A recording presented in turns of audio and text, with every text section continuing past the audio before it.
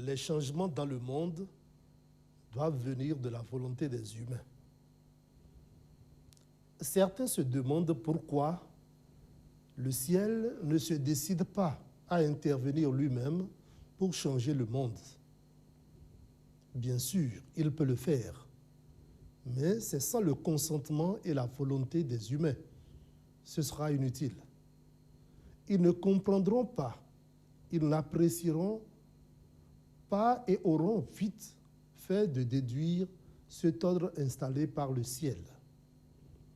Tandis que, si c'est d'eux que vient le désir de changement, si c'est à cause de ce qu'ils ont souffert, des leçons qu'ils ont reçues, ils veulent vraiment remédier à l'état des choses, le monde invisible déclenchera d'autres forces, d'autres courants, d'autres énergies. Et c'est là qu'il se produira de véritables changements. Mais l'impulsion doit venir des humains.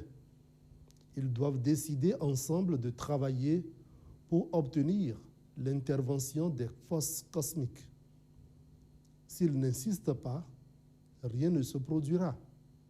Les intelligences sublimes ne décideront jamais de se mêler des affaires des humains si eux-mêmes ne le demandent pas. Bonsoir et bienvenue au siège de l'information.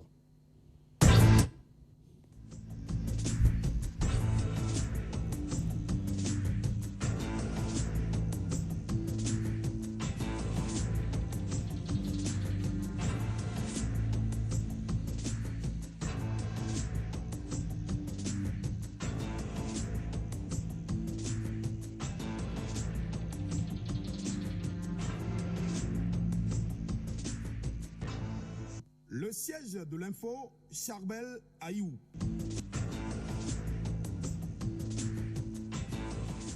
Le ministre de l'Énergie, hier sur les sites de construction des postes d'électricité du projet POD SBEE, piloté par Vinci Énergie, il est allé, s'est rendu d'abord sur le site de Gakpe Awida et ensuite sur celui de Commun. Le point dans un instant. Les élus consulaires de la Chambre des métiers de l'artisanat installés le 27 septembre, Golf TV Africa s'est rapproché des artisans pour leurs attentes de cette installation.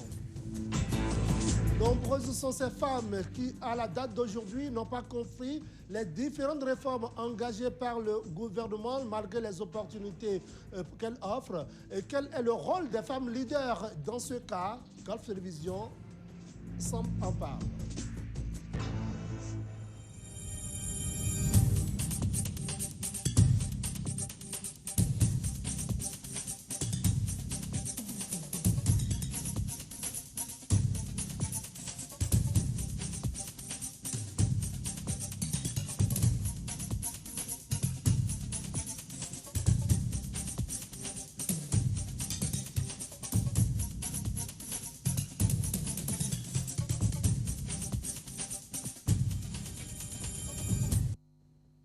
Mesdames, Messieurs, une fois encore, bonsoir. Bienvenue à cette grand-messe de l'information du soir sur Golf TV Africa. C'est le siège de l'information, 90 minutes sur l'ensemble de nos réseaux pour vous faire le point de l'actualité au Bénin, en Afrique et dans le monde. Merci d'être de la partie. Merci de toujours choisir le siège de l'information pour vous informer. Merci d'être au rendez-vous. Les membres du gouvernement de la République du Bénin se sont retrouvés aujourd'hui en session hebdomadaire à Cotonou. Le Conseil des ministres a été présidé par le président de la République, chef de l'État, chef du gouvernement, Patrice Talon. D'importantes décisions ont été prises à l'occasion. D'abord, la transmission à l'Assemblée nationale pour étude et vote du projet de loi modifiant et complétant la loi 2001-09 du 21 juin 2002 portant exercice du droit de grève en République du Bénin, tel que modifié et complété par la loi 2018-34 du 5 octobre 2018. Cette modification de la loi est sollicitée en raison du contexte sécuritaire de plus en plus exigeant où la défense du territoire national et l'exercice des fonctions régaliennes de l'État commande que certains secteurs d'activité soient en permanence mobilisés. Deuxièmement, indemnisation des personnes affectées par le projet de construction du musée international du Vaudou à Porto Novo. Troisièmement, réalisation des travaux de construction du nouveau palais du roi de Ninki et de la reine de la Ganin. 4. Installation d'un système de production de passeports ordinaires biométriques à la direction de l'immigration et de l'immigration. Le dit système est doté d'une architecture moderne avec une capacité de production plus élevée, soit plus de 200 000 passeports par an contre moins de 100 000 actuellement. 5. Compte rendu de l'organisation des élections des membres de l'Assemblée consulaire de la Chambre des métiers de l'artisanat du Bénin. 6. Mission d'assistance à la mise en place des lycées techniques agricoles et de l'école des métiers de l'hôtellerie, du tourisme et de la restauration. 7. Approbation par le Millennium Challenge Corporation du projet de compact régional Bénin-Niger. Par ailleurs, le Conseil a autorisé la célébration d'abord de la 57e journée internationale de l'alphabétisation et le lancement officiel de la phase 2 du programme d'appui à la gestion décentralisée de l'alphabétisation. Ce sera pour le 29 septembre 2022. L'organisation du congrès des soins palliatifs et de la journée mondiale des soins palliatifs du 6 au 8 octobre 2022. Puis, la célébration de la 42e journée mondiale de l'alimentation et de la 26e édition du Téléfood le 16 octobre 2022.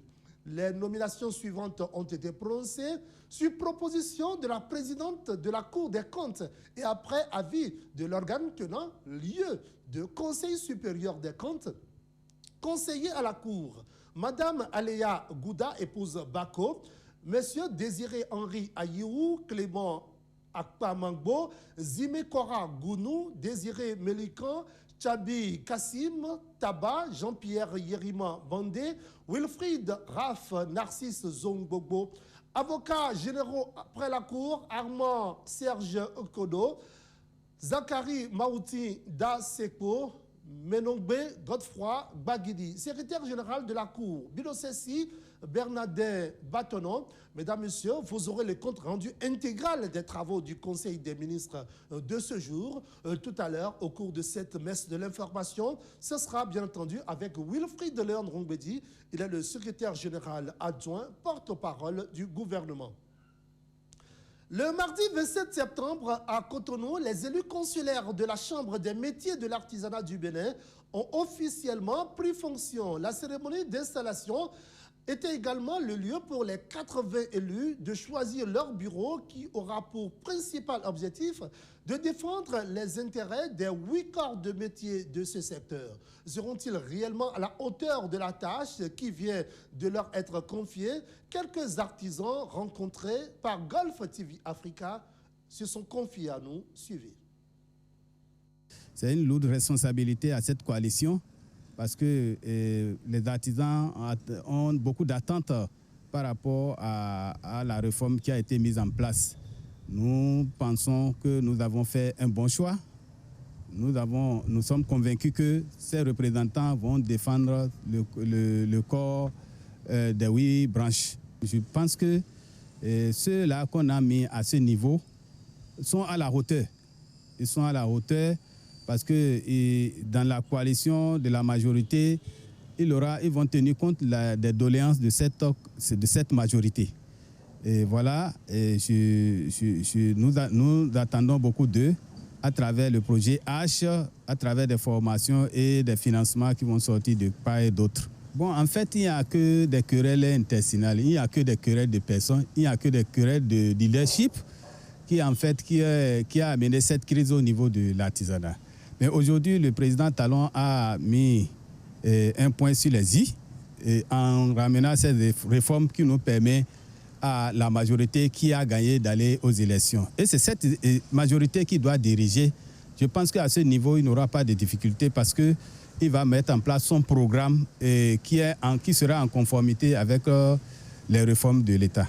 Ils peuvent œuvrer. Si nous prenons la branche audiovisuelle et communication, c'est les photographes surtout, ceux de l'audiovisuel qui sont maltraités. Et quand on va même sur les événements, peut-être tu fais le travail et on ne te paie pas ou bien tu es traité que moins, on les traite de rien.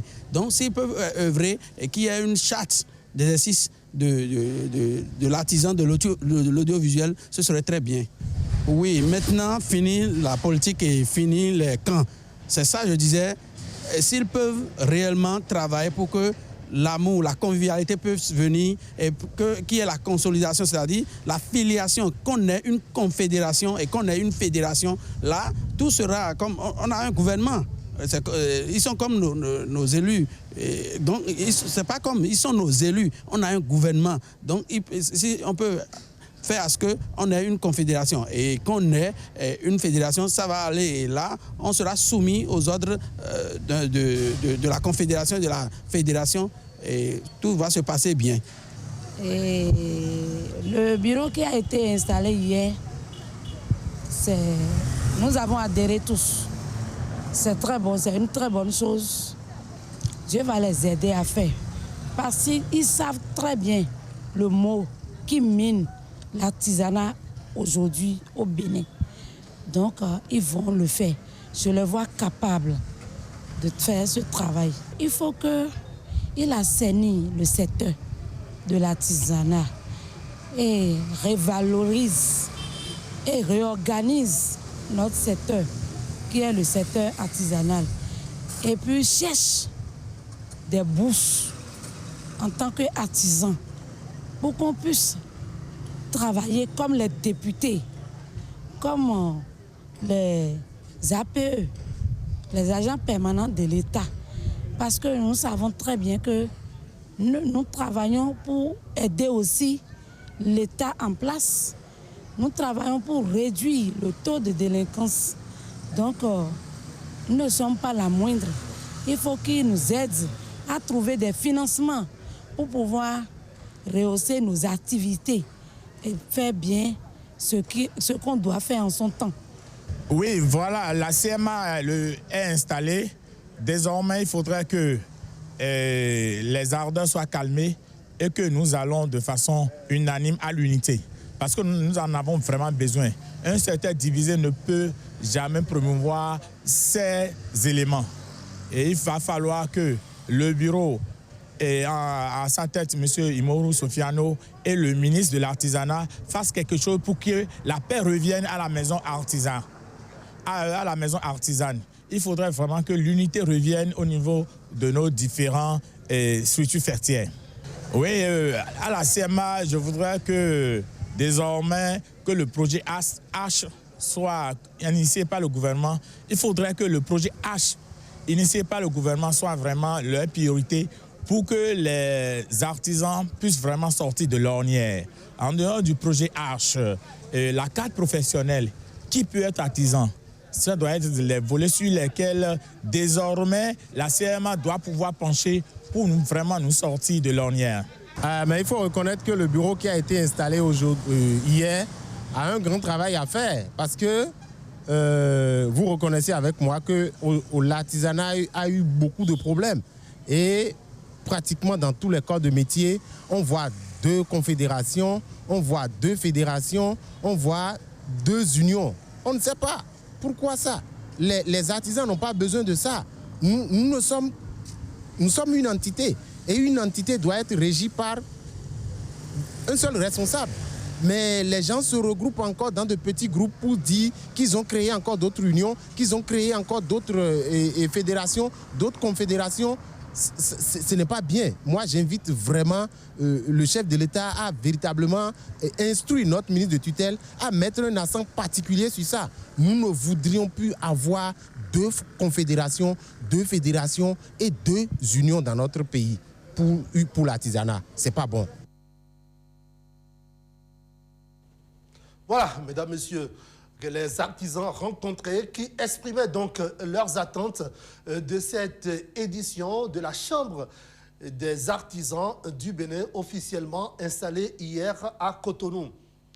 La 4e conférence sur la sécurité intérieure s'est achevée hier à Cotonou. 19 recommandations, mesdames, messieurs, ont été formulées à l'issue de la rencontre. L'une d'entre elles a invité le Bénin à adopter une stratégie de lutte contre l'extrémisme violent et à couvrir au plus vite les zones dangereuses.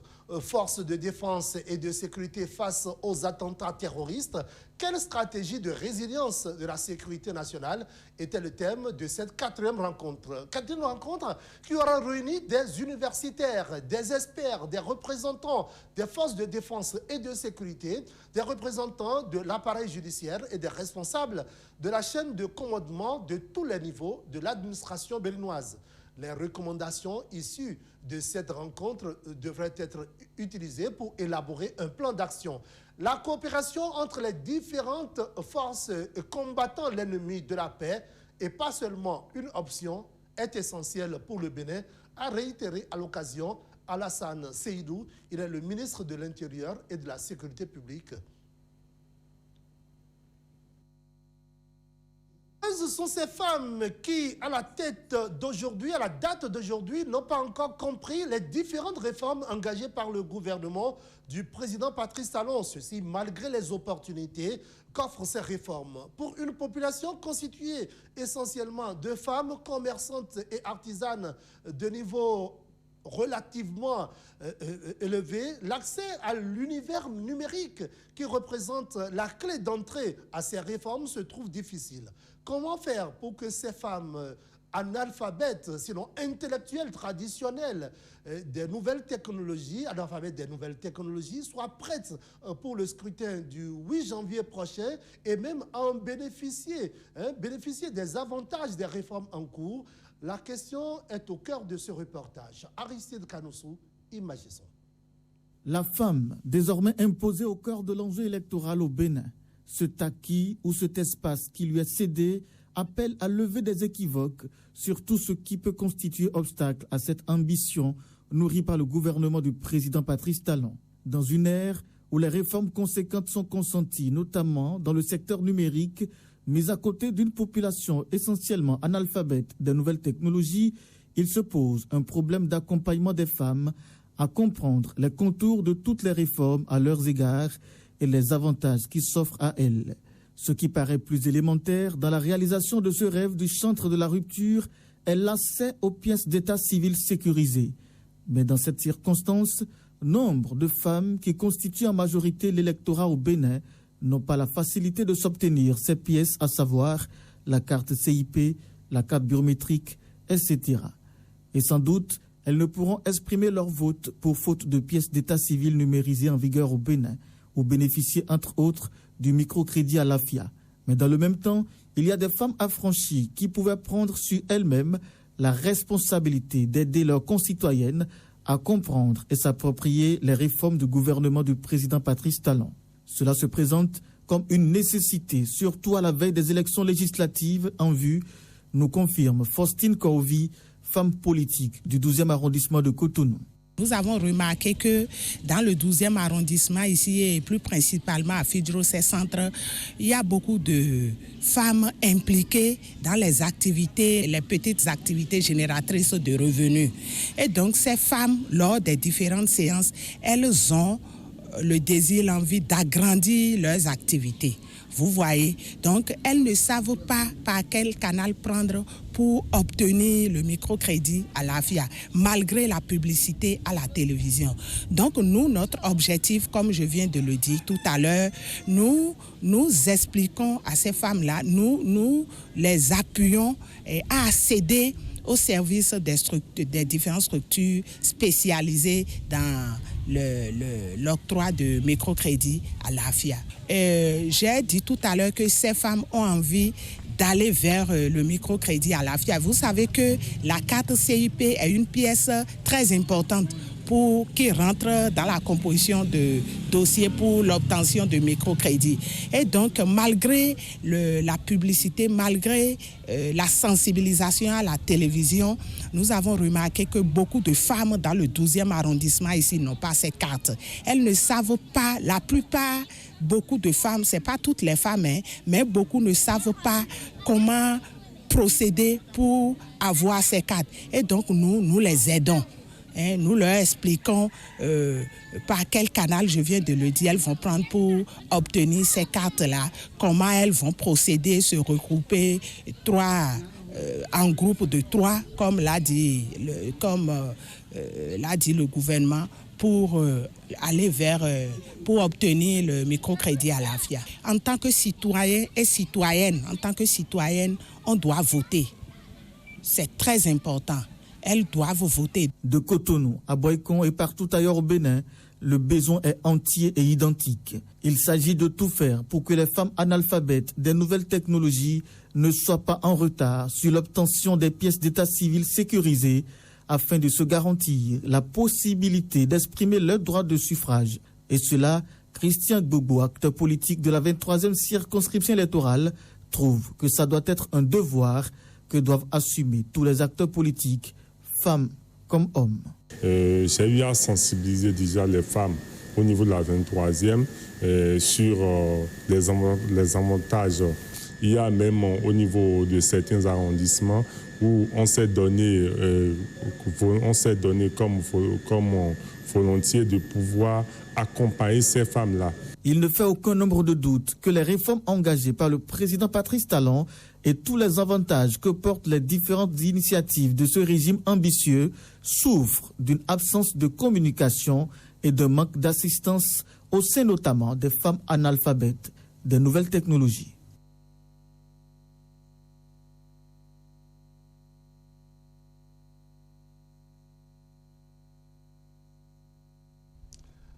Mesdames, Messieurs, nous allons, en attendant de revenir sur le reste de l'actualité nationale, passer à l'actualité hors de nos frontières, le sommaire.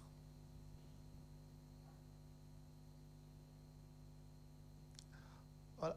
Bon, le réalisateur me dit que nous y reviendrons, mais avant, rendons-nous au Burkina Faso. Une attaque perpétrée lundi par des présumés terroristes, présumés djihadistes, c'est à Gaskindé, dans le nord du pays, qui a fait au moins 11 soldats tués, 50 civils portés disparus. Selon le gouvernement, c'est un convoi de ravitaillement des populations escorté par un régiment de l'armée à destination de Djibo qui a été pris pour cible dans cette région du Sahel. Un témoin de l'attaque a été joint au téléphone. Il s'exprime sous anonymat pour des raisons de sécurité.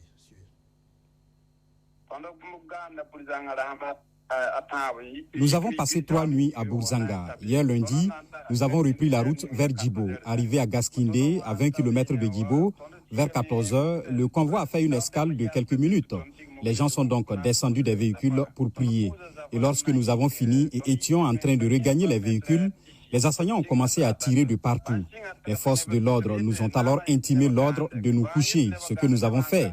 Mais les tirs continuaient et certains se sont levés pour commencer à courir dans toutes les directions. C'était alors la débandade. Les forces de sécurité couraient et nous aussi on a suivi. Ils ont incendié au moins une centaine de véhicules, leur contenu avec. Au moment où je vous parle, on voit toujours la fumée qui se dégage du lieu de l'attaque. Entre-temps, au moment de l'attaque, il y a un hélicoptère qui était dans les airs. Nous croyions alors que nous serions sauvés. Mais il a fait juste quelques tours et est reparti. On ne l'a plus revu. Des femmes et des enfants ont disparu et on ne sait pas où ils se trouvent. Moi, j'ai fui à pied du lieu de l'attaque jusqu'à Bourzanga. Je ne sais pas combien de personnes sont mortes dans l'attaque, mais j'ai perdu au moins 3 proches qui étaient avec moi dans le convoi. Ils disent qu'il y a eu des blessés que l'hélicoptère a emmenés à Ouagadougou, mais je n'en sais rien parce que je n'ai pas vu et je n'ai pas de nouvelles de blessés. Moi-même, j'ai présentement mal aux pieds. Tout ce que nous demandons aux autorités, c'est de tout faire pour nous ramener à Djibo parce que nous avons quitté Djibo le 5 septembre passé et il n'y avait pratiquement rien à manger. Et même si tu as ton argent, il n'y a rien à acheter, pas de maïs ou de mil, rien. Je pense que dans 2 ou 3 jours, si rien n'est fait, les gens mourront de faim à Djibo. Ce que j'ai à dire à nos autorités, c'est de faire accompagner les convois vers Djibo par des militaires plus expérimentés et bien armés. Il faudra aussi éviter de faire plusieurs jours sur la route, car les terroristes ont des informateurs et ils se préparent en conséquence pour nous attaquer. Lorsque le convoi démarre, tout doit être mis en œuvre pour qu'il arrive à Djibo le même jour.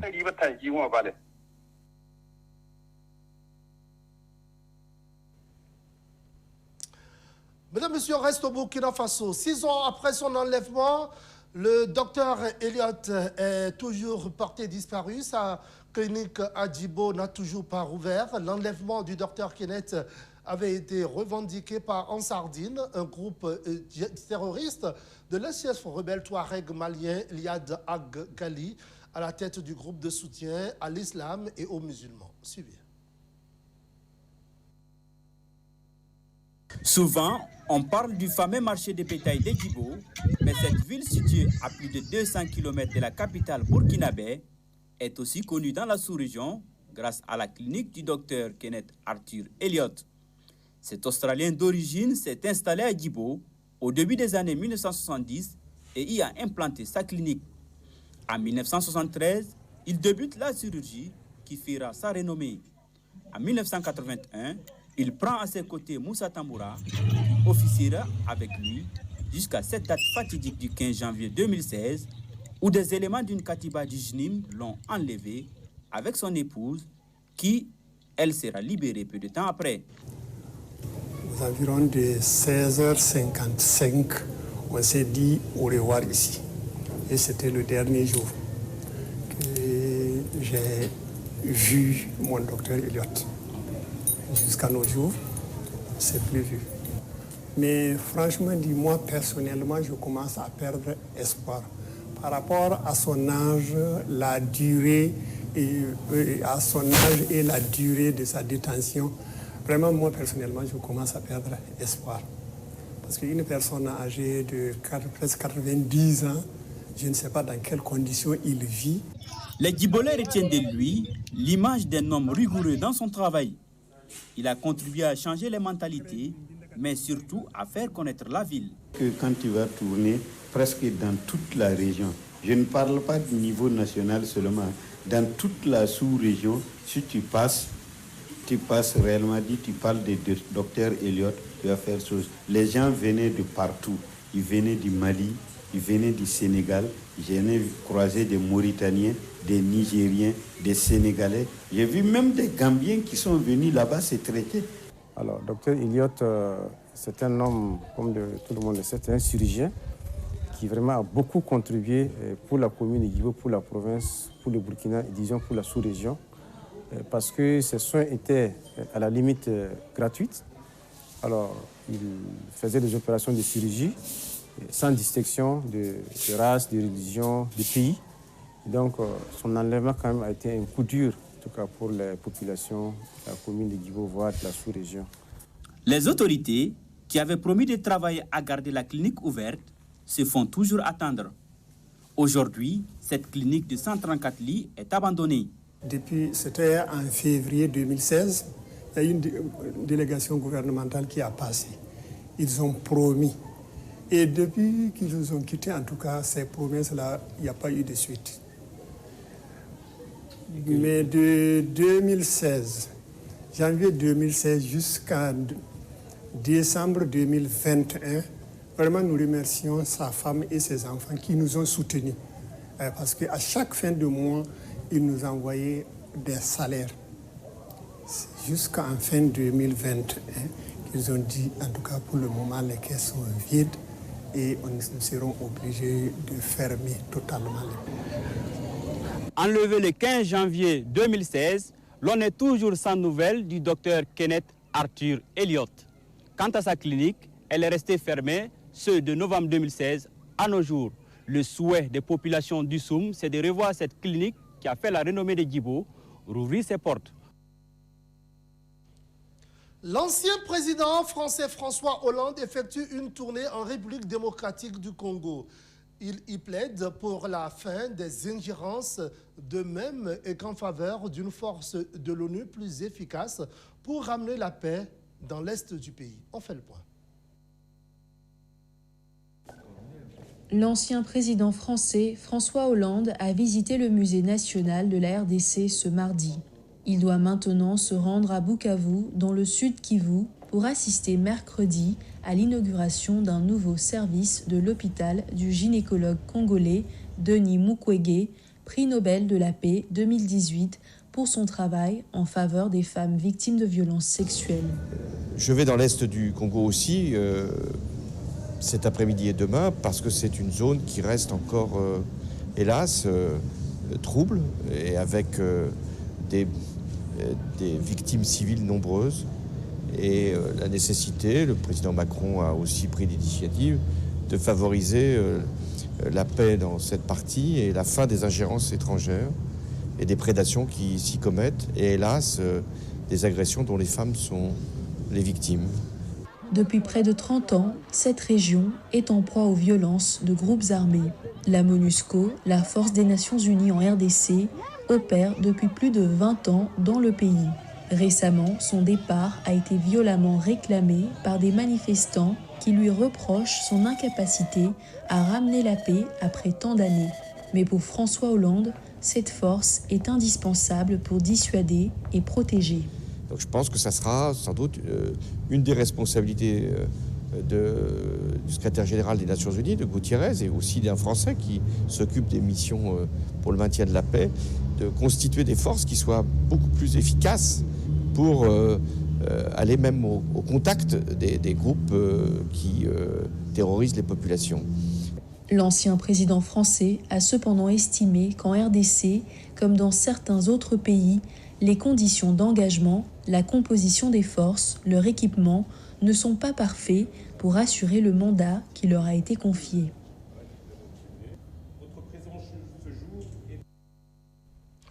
Des fuites ont été constatées sur les 2 gazoducs Nord Stream 1 et 2 au large du Danemark et de la Suède. Des sources dans la presse allemande évoquent une possible attaque ciblée.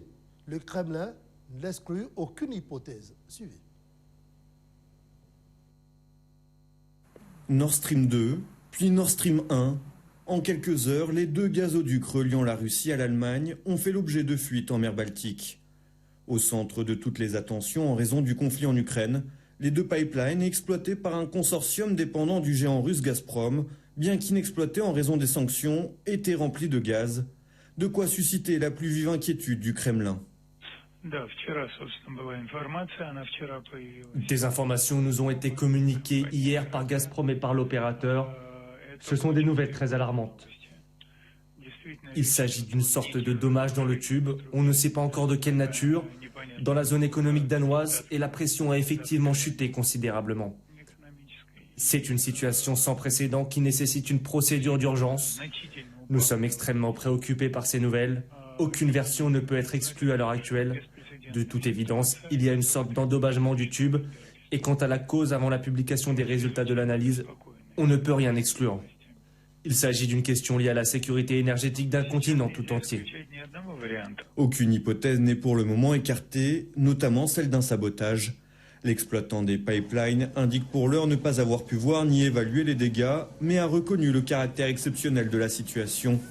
De leur côté, la Norvège, le Danemark et la Pologne ont déjà écarté une piste accidentelle.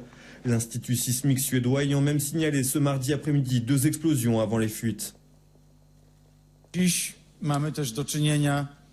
Aujourd'hui, nous avons eu affaire à un acte de sabotage. Nous ne connaissons pas encore les détails de ce qui s'est passé, mais nous pouvons clairement voir qu'il s'agit d'un acte de sabotage. Un acte qui marque probablement la prochaine étape dans l'escalade de la situation à laquelle nous sommes confrontés en Ukraine. Les événements très préoccupants d'hier avec les fuites de Nord Stream 1 et 2 soulignent l'urgence d'accroître notre sécurité énergétique en Europe. Il est inhabituel d'avoir 3 fuites à distance les unes des autres. Par conséquent, il est difficile d'imaginer que c'est accidentel. Malgré l'incertitude sur la cause de ces fuites, le Danemark a immédiatement placé en état d'alerte orange ses infrastructures énergétiques, le 2e niveau de vigilance le plus élevé. Dans le même temps, Oslo, Copenhague et Varsovie ont inauguré un gazoduc stratégique baptisé Baltic Pipe, reliant la Norvège à la Pologne via le Danemark. Ensemble, ils ont vanté un nouvel instrument d'indépendance et de puissance pour l'Europe. La compagnie norvégienne Equinor a annoncé vendredi dernier avoir conclu un accord de 10 ans pour vendre du gaz naturel au Polonais PGNiG.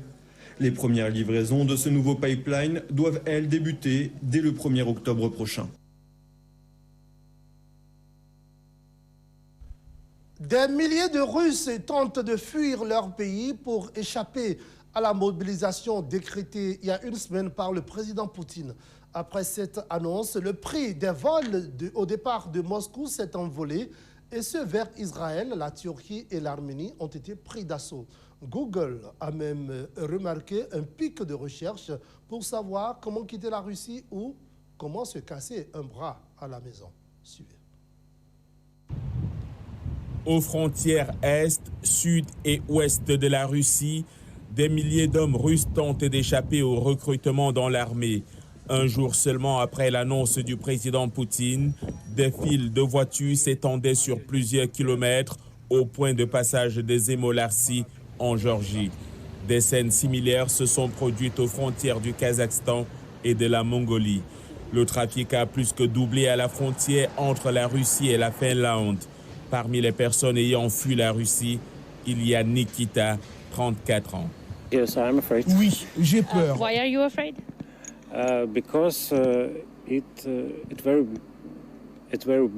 Parce que c'est une très grosse erreur pour la Russie, pour l'Europe et bien sûr pour les citoyens ukrainiens. L'Allemagne devrait offrir une protection au cas par cas aux Russes fuyant cette mobilisation. Mais plusieurs autres pays européens restreignent l'entrée sur leur territoire. Alex, un citoyen russe, s'est envolé pour Istanbul afin d'échapper au rappel des troupes. Je ne croyais pas que l'étape suivante serait la mobilisation. Et j'ai le sentiment que peu de Russes veulent se battre et veulent être mobilisés et s'engager dans l'armée. Pas moins de 300 000 réservistes sont concernés par cette mobilisation selon Moscou. Des civils sans aucune expérience ou formation militaire ont également reçu des documents de recrutement dans l'armée. Ils doivent maintenant se tourner vers quelque chose de très impopulaire et qu'ils ont essayé d'éviter et de retarder la mobilisation officielle de la population civile. Il n'y a aucun moyen de savoir combien de personnes seront effectivement appelées et sur quelle période. Il n'y a pas non plus de fin claire à cela. Beaucoup sont amenés depuis des régions reculées de Russie. Je ne m'y attendais pas. Je suis allé au jardin d'enfants avec ma fille et ils m'ont donné le document des recrutements dans la rue. Je suis venu ici tout de suite. Je vais bien et je reste calme. Je ne serai pas absent longtemps, j'espère. Des protestations contre la mobilisation ont éclaté dans les villes de Russie. Plus de 1000 manifestants ont été arrêtés.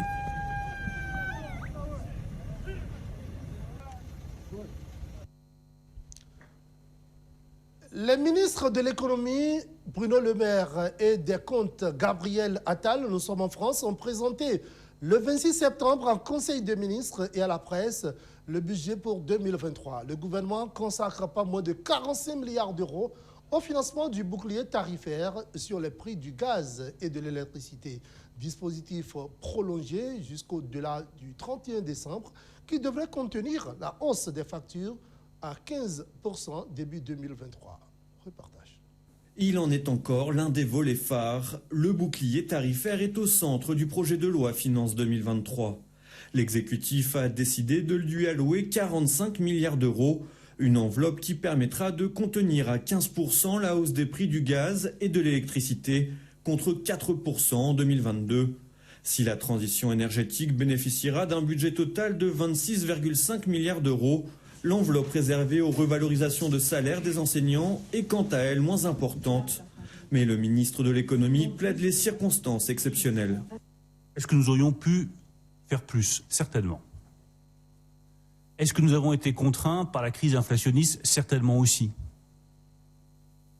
Et ce budget penche un peu trop encore du côté des énergies fossiles, tout simplement parce que face à la crise énergétique, nous avons fait le choix de protéger nos compatriotes et qu'il y a beaucoup de dépenses pour la facture de gaz.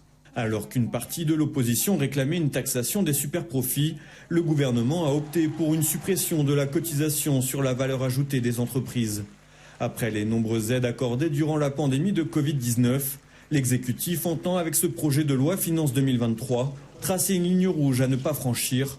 Bruno Le Maire a prévenu, aucune nouvelle dépense ne pourra être introduite lors du débat parlementaire si elle n'est pas financée à l'euro près. Un ensemble de décisions qui ne convainc pas tout le monde au sein de l'opposition. Il continue à garder en optique l'idée que l'impératif, c'est quand même que l'État dépense moins, qu'il y ait moins de dépenses publiques et qu'on baisse les impôts des entreprises et de nos concitoyens les plus riches, c'est-à-dire en gros une politique de l'offre, de la compétitivité et malgré tout de baisse des dépenses publiques. Dans un avis rendu dimanche, le Haut Conseil de finances publiques a également fait part de ses inquiétudes. Il a jugé, je cite, « peu ambitieuse et particulièrement fragile la trajectoire envisagée par le gouvernement pour réduire le déficit public et un peu trop élevé la prévision de croissance de 1% en 2023. » Dans un tel contexte, et sans majorité absolue au Palais Bourbon, l'exécutif pourrait finalement devoir faire quelques compromis lors des débats parlementaires. Avoir un regard sans complaisance sur le passé et se tourner vers un avenir de lumière, c'est le principal message contenu dans Traces et discours aux nations africaines, un spectacle interprété par le Burkinabé Étienne Minungu. Reportage. Je vous le rappelle, avoir un regard sans complaisance sur le passé et se tourner vers un avenir de lumière, c'est le leitmotiv et le principal message contenu dans Traces, discours aux nations africaines. Un spectacle, mesdames, messieurs, interprété par le Burkinabé Étienne Minungu. Reportage. Un public du Hebron's Art Center conquis par les paroles fortes, éloquemment rendues par le dramaturge et acteur burkinabé Étienne Minungu, bercé par la musique du multi-instrumentiste Simon Winsey. Traces, discours aux nations africaines, s'adresse aussi bien aux Africains qu'aux Occidentaux, comme l'explique Étienne Minungu. Quand on joue en Afrique, évidemment, c'est un moment très très fort, parce que la jeunesse africaine sait très bien quels sont ses problèmes, quelles sont ses espérances et ses désirs, et cerne bien la situation. En Europe, quand on le joue aussi, eh bien, on révèle aussi une partie de l'histoire essentielle qui n'est pas racontée, à savoir que non, l'Afrique a fait l'histoire du monde. Contrairement à ce que Sarkozy a pu penser à Dakar en disant que l'Afrique n'est pas encore entrée dans l'histoire. Au contraire, l'Afrique a été le moteur de l'histoire. Le capital n'a pas pu se construire sans l'esclavage. La révolution industrielle n'a pas pu se construire sans le commerce triangulaire. Cela dit, il ne s'agit pas pour les auteurs de Traces de rester figés dans le passé. Hypocrisie sociale, d'une gérondocratie étouffante, des horizons emmurés, d'un avenir barré. Bref, on parle toujours. Il faut regarder l'histoire avec ses fêlures, ses blessures, mais il faut regarder aussi l'avenir. Et ne pas se complaire dans le passéisme, dans le passé. Notre façon de regarder le passé ne nous amènera pas à creuser notre sillon pour l'avenir. Ce texte, qui s'adresse surtout à la jeunesse africaine, n'épargne pas les dirigeants du continent. Les élites politiques, intellectuelles, dans leur capacité de prédation des ressources qui empêchent d'investir dans l'éducation, dans la formation, dans l'emploi des jeunes, ça aussi c'est une plaie contemporaine. Et l'appel à cette insurrection positive, cet élan pour changer le devenir de la jeunesse africaine, elle est positive. Et ça se sent dans le texte. La tournée américaine d'Étienne Minungu s'est tenue au même moment que la 77e Assemblée générale de l'ONU. Son spectacle adresse les problèmes africains sous un angle artistique empreint de réalité. Je pense que sur la tribune des Nations Unies, c'est toujours les mêmes phraséologies convenues. Ici, c'est une parole poétique, philosophique, politique. Vous vous rendez compte de la... Une manière de faire entendre un autre son de cloche sur les réalités du continent, un continent qu'il veut résolument tourner vers l'avenir.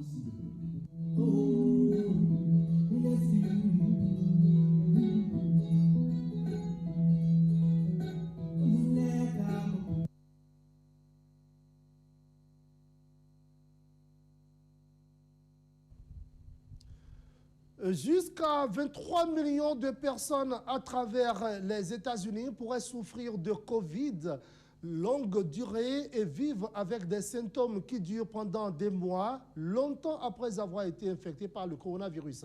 Certains de ces symptômes peuvent être définis comme de la fatigue, des maux de tête ou une perte du goût et de l'odorat, mais d'autres sont plus graves. Certains cas sont associés à des douleurs insoutenables, des symptômes neurologiques et une privation de sommeil et peuvent dévaster des vies. Golf TV Africa, Imagisson. D'un cadre de haut niveau à une personne handicapée, Sam Norpel souffre de douleurs et de fatigue chronique. Patiente Covid longue durée, elle est depuis plus d'1 an incapable de conduire ou d'occuper un emploi à plein temps. J'ai passé une grande partie des derniers mois à faire le deuil de la vie que j'avais, de la vie que j'ai perdue.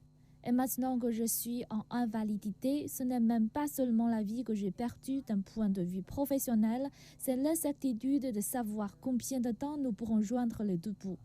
Est-ce que je serai capable un jour de fonctionner à nouveau comme en 2021? C'est très incertain. Des millions de patients atteints de Covid-19 à travers le pays sont confrontés à la même incertitude. C'est pourquoi Diana Berendt a décidé de former le Survivor Corps qui mobilise les victimes de Covid longue durée qui n'ont toujours pas de traitement adapté à leur état de santé. Vous pouvez vous inscrire à un essai dès aujourd'hui et rendre service à la science et utiliser votre expérience pour aider les autres à pousser l'aiguille scientifique aussi rapidement et efficacement que possible. Nous sommes devenus un mouvement de défense des patients à la fin du mois d'avril, au moment où un grand nombre de nos membres ne se rétablissaient pas. Beaucoup d'entre eux n'ont pas été crus par leurs propres médecins. Certains ont été mal diagnostiqués et beaucoup se sont suicidés. Mais les groupes de soutien comme Survivor Corps ont également aidé des millions de victimes à travers le pays à réaliser qu'elles n'étaient pas seules. Elles se sont tournées les unes vers les autres pour obtenir toutes sortes d'aides, y compris un soutien émotionnel et même des conseils médicaux. Mais beaucoup d'entre elles s'indignent du manque de sensibilisation à ce problème et de l'inaction du gouvernement. Dans l'espoir d'une reprise économique plus rapide, le président Biden a laissé entendre la semaine dernière que la pandémie de coronavirus était terminée. J'ai pensé que c'était une déclaration stupide. Vous savez, nous ne sommes pas d'accord. Nous voyons encore 400 à 500 personnes mourir par jour. Et dire que la pandémie est terminée signifie que nous sommes d'accord avec ça. Et je ne suis pas d'accord avec ça. Et nous laissons derrière nous un grand nombre de personnes qui souffrent d'un long Covid, qui n'ont pas de réponse et qui vivent une vie ou une existence torturée. Alors que des millions de patients sont dans ce long processus de guérison de la Covid-19, le virus continue d'infecter et de tuer des centaines d'Américains chaque jour. Partout dans le monde, les agriculteurs recherchent de nouvelles façons de cultiver efficacement leur culture. La technologie conçue en Chine est de plus en plus un choix pour certains pays en voie de développement dans le monde. On fait le point.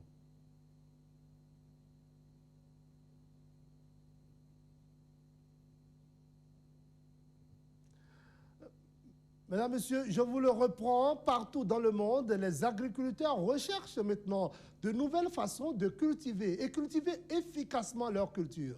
La technologie, une technologie en tout cas, a été conçue aujourd'hui en Chine. Et cette technologie chinoise est de plus en plus un choix pour les pays en voie de développement dans le monde entier. Reportage. Le fermier vietnamien de 62 ans, le Dam Nguyen, travaille dans les champs depuis 47 ans. Il possède un terrain de 7 hectares, mais il dit que la pénurie de main-d'œuvre au Vietnam a fait de la saison des récoltes un problème.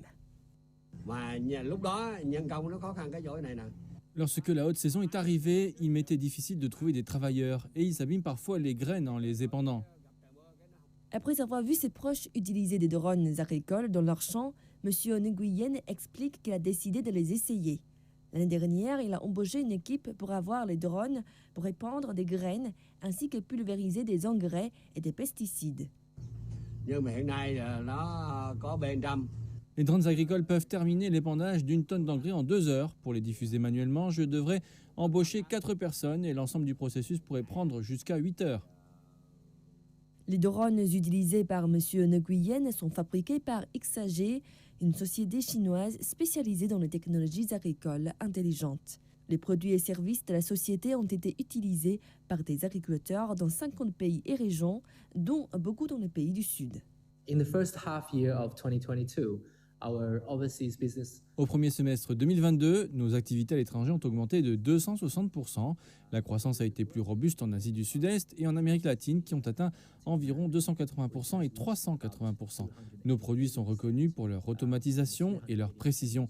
Il est facile pour les agriculteurs de les contrôler avec leur téléphone intelligent avec moins d'empreintes environnementales.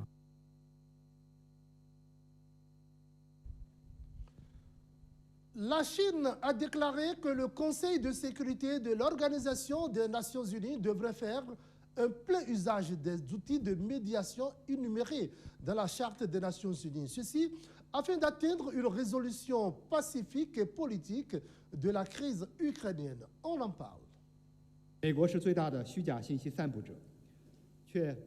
Les États-Unis sont le plus grand diffuseur de désinformation, mais ils ne cessent de dénoncer les autres pays. Bien que les États-Unis aient mis en place un grand nombre de faux comptes, ils ont poussé les médias sociaux à bloquer les comptes sociaux personnels d'internautes chinois. Ce sont les États-Unis qui manipulent clairement l'opinion publique tout en qualifiant les médias chinois d'officiellement contrôlés par l'État. Peut-être que certaines personnes aux États-Unis pensent que tant que suffisamment de rumeurs sont diffusées, la guerre de l'information peut être gagnée. Mais les peuples du monde entier sont attentifs, qu'il s'agisse des casques blancs de Syrie, des prétendues armes de destruction massive de l'Irak ou du prétendu génocide au Xinjiang. Ce sont là des exemples de mensonges américains.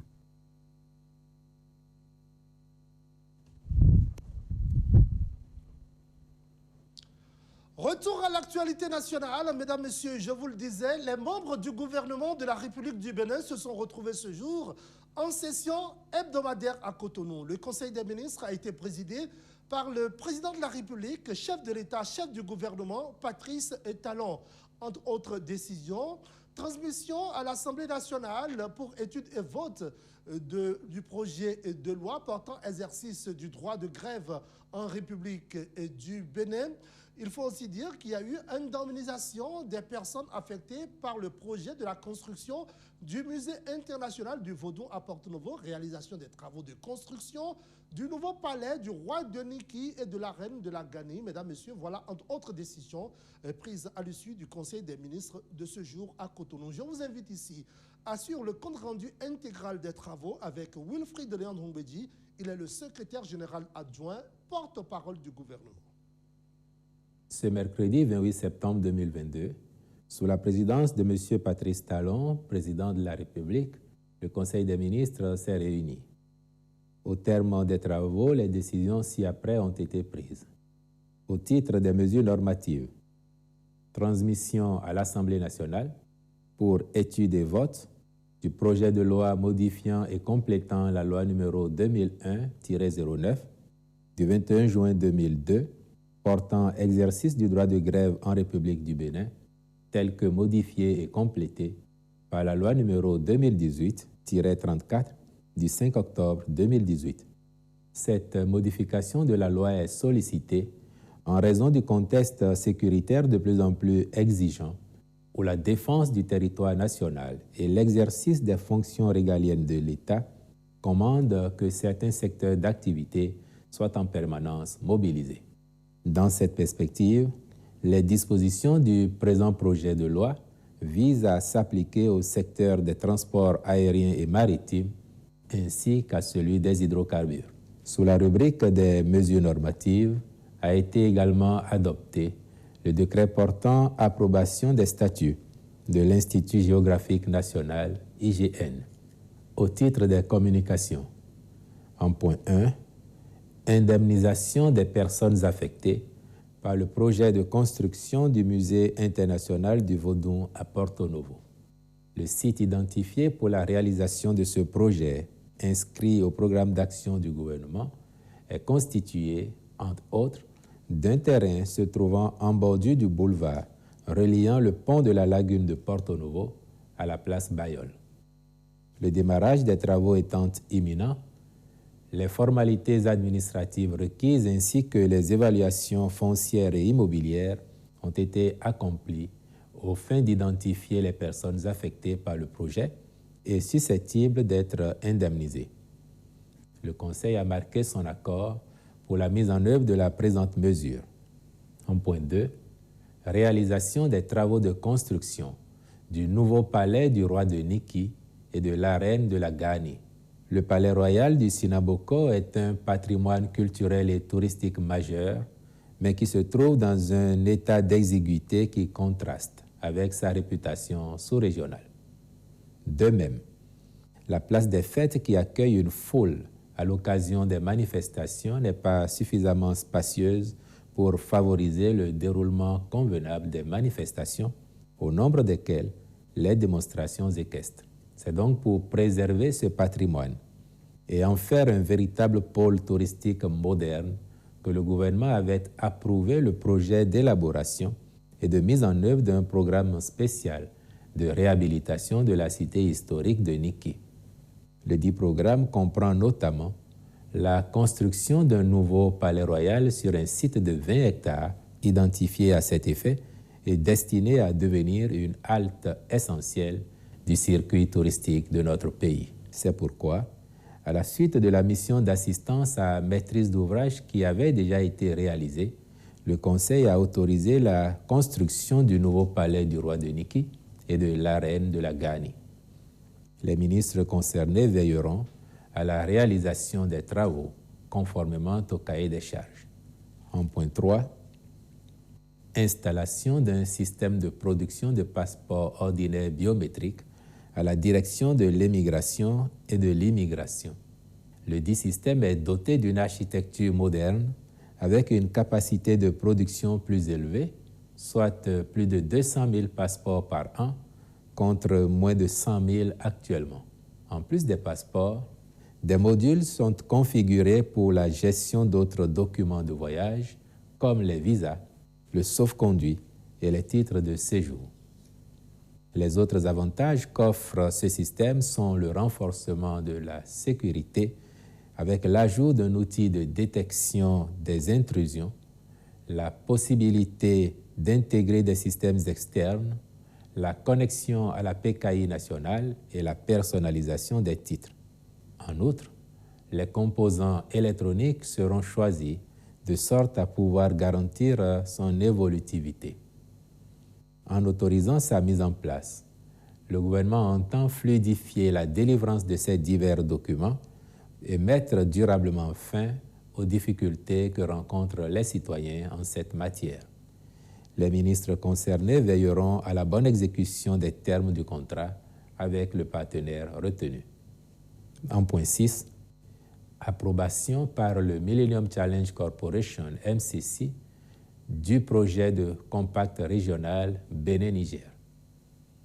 Le ministre du Développement et de la Coordination de l'action gouvernementale a rendu compte au Conseil de l'approbation par le Conseil d'administration du MCC de l'octroi au profit de notre pays d'un don destiné à la construction du tronçon Boycon-Dassazoumé en 2x2 voies. Le choix du gouvernement de soumettre cette section de route au bénéfice du compact régional participe de sa volonté de réaliser, à terme, une autoroute complète reliant Cotonou à Dassazoumé afin d'améliorer notablement le transport sur ce corridor. Par ailleurs, une partie du même don est destinée à soutenir les réformes visant à conforter les investissements réalisés. Au titre des mesures individuelles, les nominations suivantes ont été prononcées sur proposition de la présidente de la Cour des comptes et après avis de l'organe tenant lieu de Conseil supérieur des comptes. Conseiller à la Cour, Madame Aléa Gouda Bako, Messieurs Désiré Henri Aïou, Clément Akpamagbo, Zimé Kora Gounou, Désiré Mélican, Chabi Kassim Taba, Jean-Pierre Yerima Bandé, Wilfried Ralph Narcisse Zongbogo, avocats généraux près la Cour, Messieurs Serge Armand Kodo, Zachary Maoutin Dasekpo, Menongbe Geoffroy Gbagidi, secrétaire général de la Cour, M. Birosessi Serge Bernardin Batonon.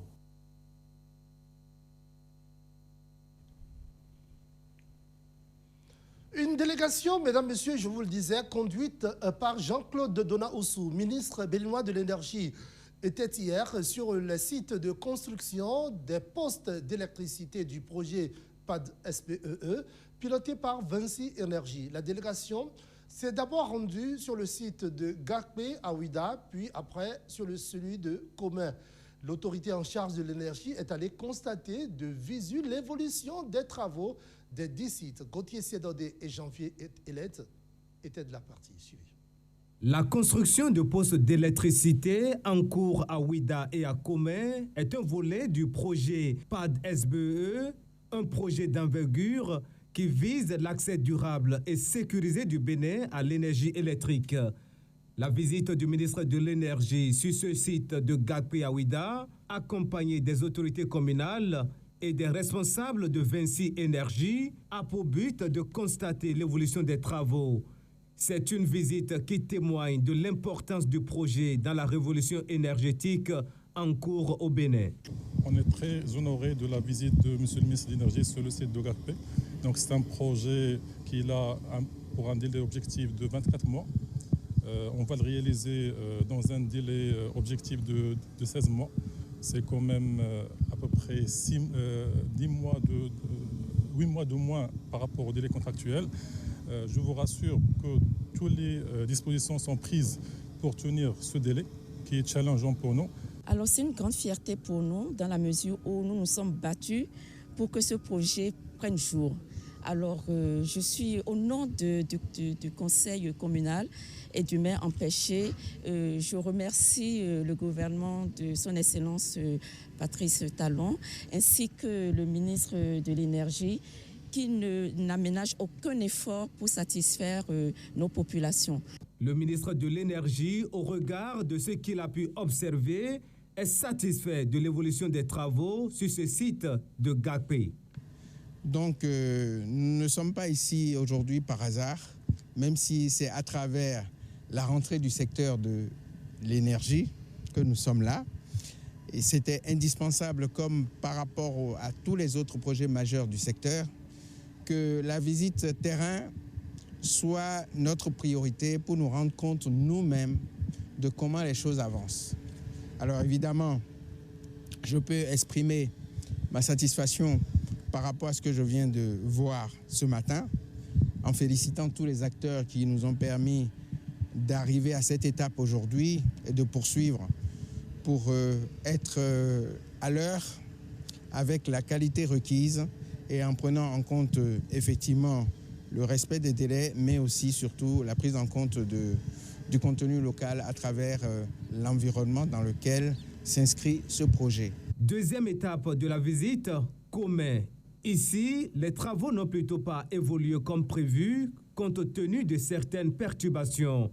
Mais l'autorité est rassurée après les différentes explications données par les responsables en charge du chantier. Ici, effectivement, c'est un peu mitigé dans le sens où, au niveau des études, par rapport à ce qui est prévu, on est bien au rendez-vous et c'est heureux. Cependant, on constate que à cause des intempéries qu'il y a eu dernièrement, puisque saison de pluie oblige, les problèmes de terrassement et de génie civil ont un peu battu de l'aile.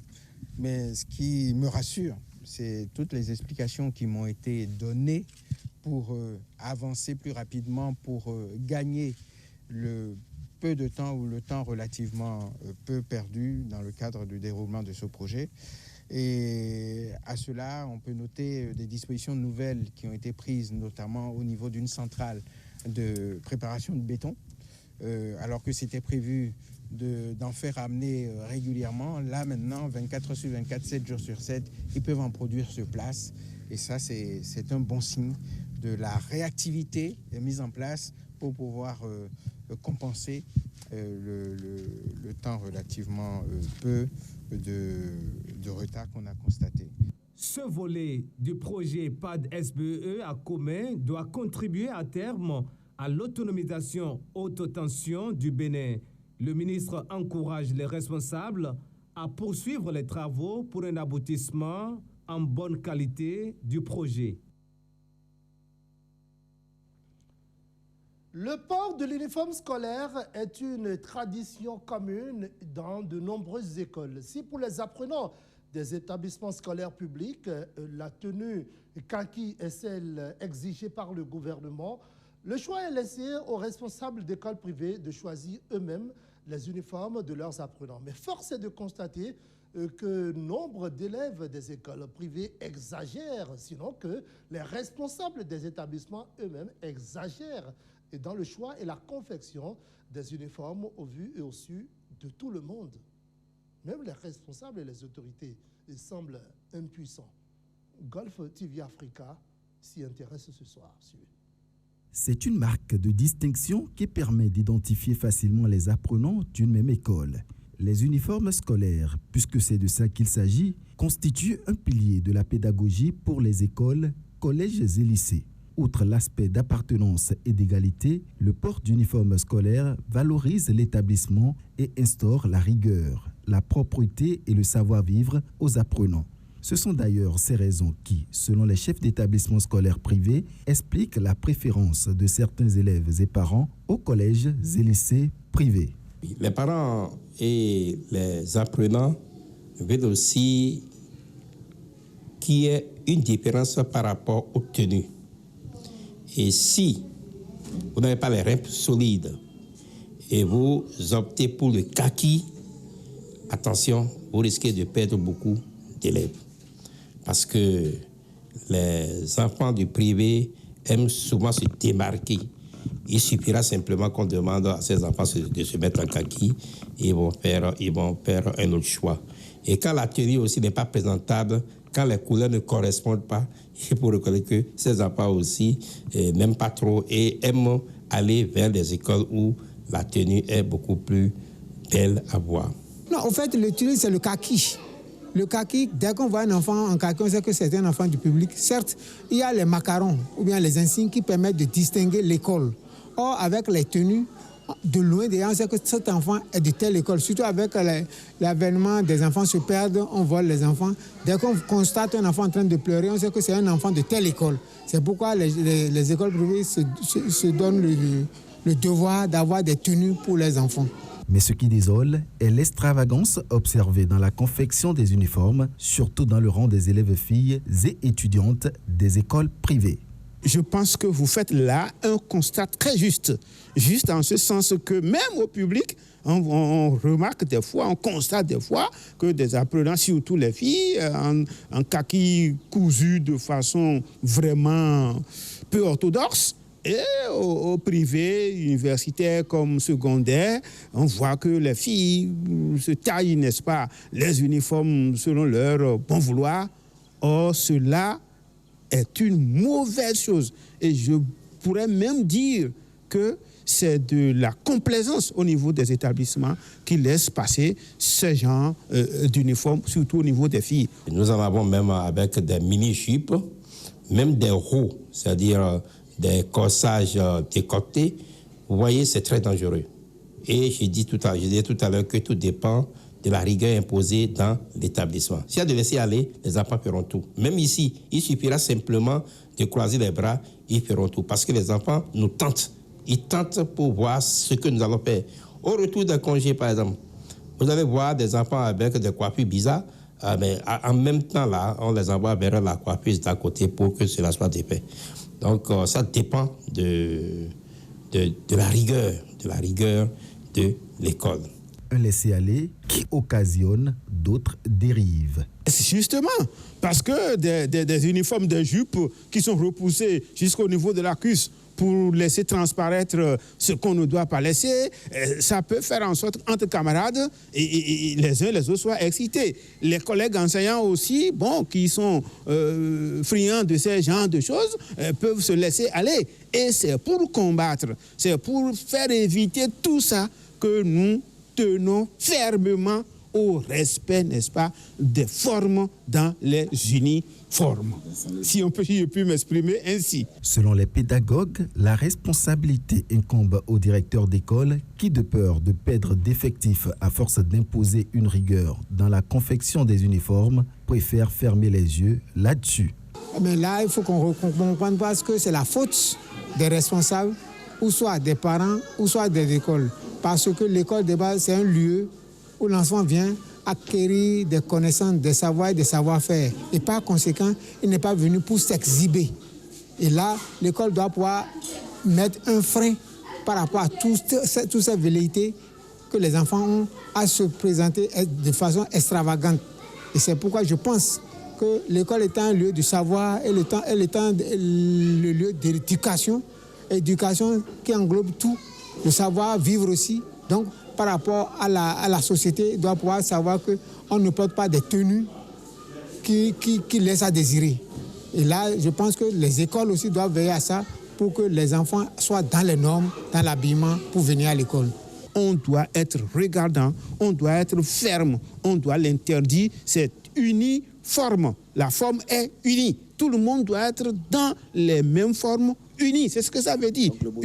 Une forme, le modèle, tout. Il ne peut pas faire n'importe quoi. Lorsque vous ne le faites pas comme ça, ils me connaissent assez. Et je passe à côté, c'est peut-être la lame peut déchirer, je ne sais pas. Mais c'est une manière de te demander d'aller te mettre en ordre. C'est une forme qui doit être unie. Alors que plusieurs parents d'élèves jubilaient déjà suite à la prise d'une note de service portant généralisation de l'uniforme kaki dans les lycées et collèges publics et privés en République du Bénin, cette décision a été très vite annulée par les autorités. Et pourtant, c'est une réforme qui pouvait mettre fin à certaines pratiques déshonorantes érigées en règle dans les écoles ou complexes scolaires privés. La réforme ne devrait pas simplement concerner, mesdames, messieurs, les uniformes dans le public et le privé. La réforme devrait s'étendre aussi aux frais de scolarité dans le privé et puis ces faux frais, ces énormes faux frais qu'on impose aux parents d'élèves dans le privé. Mesdames, Messieurs, dans une interview exclusive à la Voix de l'Amérique à New York, le ministre des Affaires étrangères du Mali, Abdoulaye Diop, a fait le tour d'horizon des sujets chauds du moment, des relations avec la France et la Russie, aux tensions avec la Côte d'Ivoire, passant par Wagner, la CEDEAO, etc. Nous vous proposons ici un extrait des explications sur la question relative aux 49 mercenaires ivoiriens en détention au Mali. Ces mercenaires ivoiriens qui sont arrivés le 10 juillet à Bamako sont arrivés sans notification préalable, sans l'accord des autorités, avec des armes de guerre. Aucun pays sérieux n'admettrait que des hommes en armes arrivent dans le pays, dans ce contexte sécuritaire tendu, dans ces conditions-là. Donc c'est dans cette situation qu'ils ont été détenus. Et l'affaire a été transmise à la justice, qui les a mis sous mandat de dépôt. Mais malgré cela, en guise de bonne foi, et tenant compte de la complexité et de la densité de nos relations avec la Côte d'Ivoire, le Mali s'est dit ouvert à un règlement par la voie diplomatique et par le dialogue.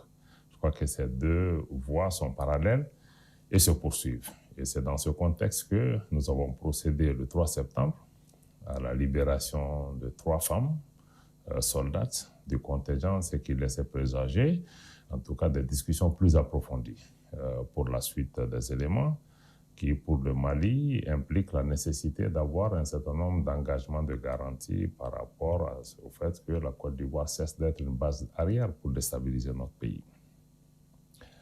Dans ce contexte, la CEDEAO s'est saisie de ce dossier. Le Mali estime qu'il s'agit là d'un dossier bilatéral entre 2 pays frères, qui sont indifférents, qui doivent trouver les moyens par le dialogue de pouvoir le régler. Et la contribution des autres est naturellement bienvenue. Mais pour nous, il ne s'agit pas d'un dossier différent de la CEDEAO. Le Mali est engagé avec la CEDEAO dans le cadre du processus de transition, mais cette question telle qu'elle a été amenée à la CEDEAO nous semble être biaisée. Mais nous restons ouverts, nous discutons avec tout le monde, nous recevrons la délégation de la CEDEAO, mais nous pensons qu'elle part du mauvais pied pour pouvoir apporter, parce que ce ne sont pas des injections de dictats, il s'agit de questions de sécurité nationale pour le Mali, et pour cela, le Mali n'obéira pas à un dictat. Comme je vous l'ai dit, pour le Mali, c'est un problème bilatéral entre le Mali et la Côte d'Ivoire. Et ce problème doit se régler dans le cadre d'un dialogue direct entre le Mali et la Côte d'Ivoire, sous la médiation togolaise qui est acceptée par les 2 parties. Nous pensons que la solution viendrait de ce côté. Cette mission, nous allons l'écouter parce que c'est une mission des chefs d'État. Et nous verrons le message qu'ils vont nous apporter et ce qui en sortira. Mais la position du Mali sur cette question est connue, mais nous ne sommes pas fermés. Nous ne sommes pas fermés au dialogue, nous ne sommes pas fermés à la solution, mais dans tout pays, il y a des lois. Cette affaire est devant la justice. Il faut respecter aussi la justice malienne, même si l'État malien reste ouvert à des discussions. Mais nous avons des préoccupations sérieuses par rapport à la déstabilisation de notre pays. Et ces éléments doivent être pris en considération. Nous n'avons pas le sentiment que la CEDEAO a prêté attention aux préoccupations du Mali. Au cours de cet entretien exclusif, le sujet relatif au retrait du Mali du G8 Sahel a été également abordé par le ministre malien des Affaires étrangères. Pour l'ambassadeur Abdoulaye Diop, le G5 Sahel n'est pas une organisation autonome et libre. Suivez. Je dois vous dire que le Mali a quitté le G5 pour les conditions que vous savez. Nous ne l'avons pas fait de gaieté de cœur. Les droits de l'État malien ont été niés, contrairement à tous les textes de l'organisation pour que notre pays assume la présidence de cette organisation.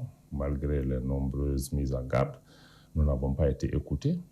Donc, nous nous sentions désormais à l'étroit dans cette organisation, d'autant plus que le donneur d'ordre, qui est la France, qui parraine cette organisation, c'est elle qui s'est opposée avec un autre État membre du G5 Sahel à ce que le Mali assume sa présidence. Pour le Mali, nous avons les mêmes droits que tous les autres États membres et on ne peut pas accepter être dans une organisation et être considérés comme des citoyens de seconde zone. Maintenant, la décision qui a été prise, c'est une décision de retrait du Mali et cette décision de retrait a été actée et les instruments de retrait du Mali ont été déposés auprès du secrétariat du G5 transmis à tous les États. Le retrait du Mali est définitif, nous l'avons indiqué, et au-delà de cette question de présidence en exercice, l'approche du G5 Sahel n'est plus conforme à la vision des nouvelles autorités du Mali, qui est vraiment l'affirmation de notre souveraineté, le respect de nos choix de partenaires, etc. Nous ne pouvons pas appartenir à une organisation si elle n'est pas véritablement africaine. Si son leadership n'est pas véritablement africain, nous ne pouvons pas être dans une organisation où le leadership est exercé par des autorités françaises qui ne sont pas membres de cette organisation et qui sont dans une posture d'hostilité et de déstabilisation du Mali. Pour toutes ces raisons, le Mali ne considère pas revenir dans le G5 Sahel.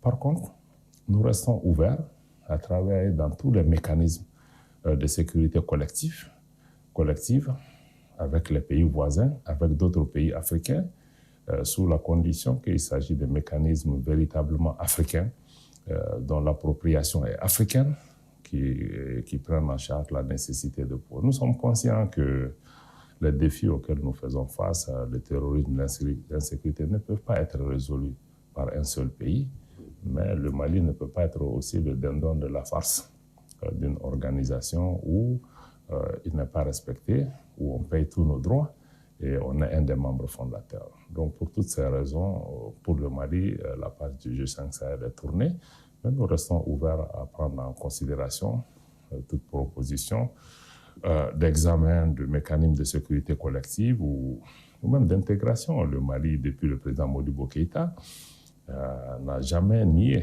son engagement panafricain. Et tout ce qui peut concourir à l'intégration, à la coopération régionale. Le Mali sera toujours partie prenante, mais dans le strict respect de la souveraineté du Mali. Comme le président Assimi Goïta l'a indiqué, les 3 principes qui gouvernent l'action extérieure du Mali, le respect de la souveraineté du Mali, le respect des choix stratégiques et des choix de partenaires du Mali, et la défense des intérêts vitaux des Maliens. Mesdemoiselles, Mesdames, Messieurs, ce sera tout pour cette grande messe de l'information du soir sur Golf TV Africa. Toute l'équipe de préparation, de réalisation et de diffusion vous remercie de nous avoir suivis. Mesdames, Messieurs, le Conseil des ministres a eu lieu ce jour à Cotonou. Le Conseil a pris d'importantes décisions, au nombre desquelles la révision de la loi apportant révision, bien entendu, de la loi Mesdames, Messieurs, de la loi portant bien entendu... importante décision, mesdames, messieurs. Nous avons également parlé de l'indemnisation de certaines personnes relativement à leur localité. Nous avons également en parlé au cours de cette messe de l'information du Mali qui, dans une relation exclusive à la Voix de l'Amérique, est revenu sur certaines raisons, notamment son retrait du G5 Sahel. Mesdames, Messieurs, toute l'équipe de préparation, de réalisation et de diffusion vous remercie de nous avoir suivis. Tout à l'heure, à partir de 22h, vous suivrez l'édition de la nuit. Moi, je vous retrouve demain. Bonsoir chez vous.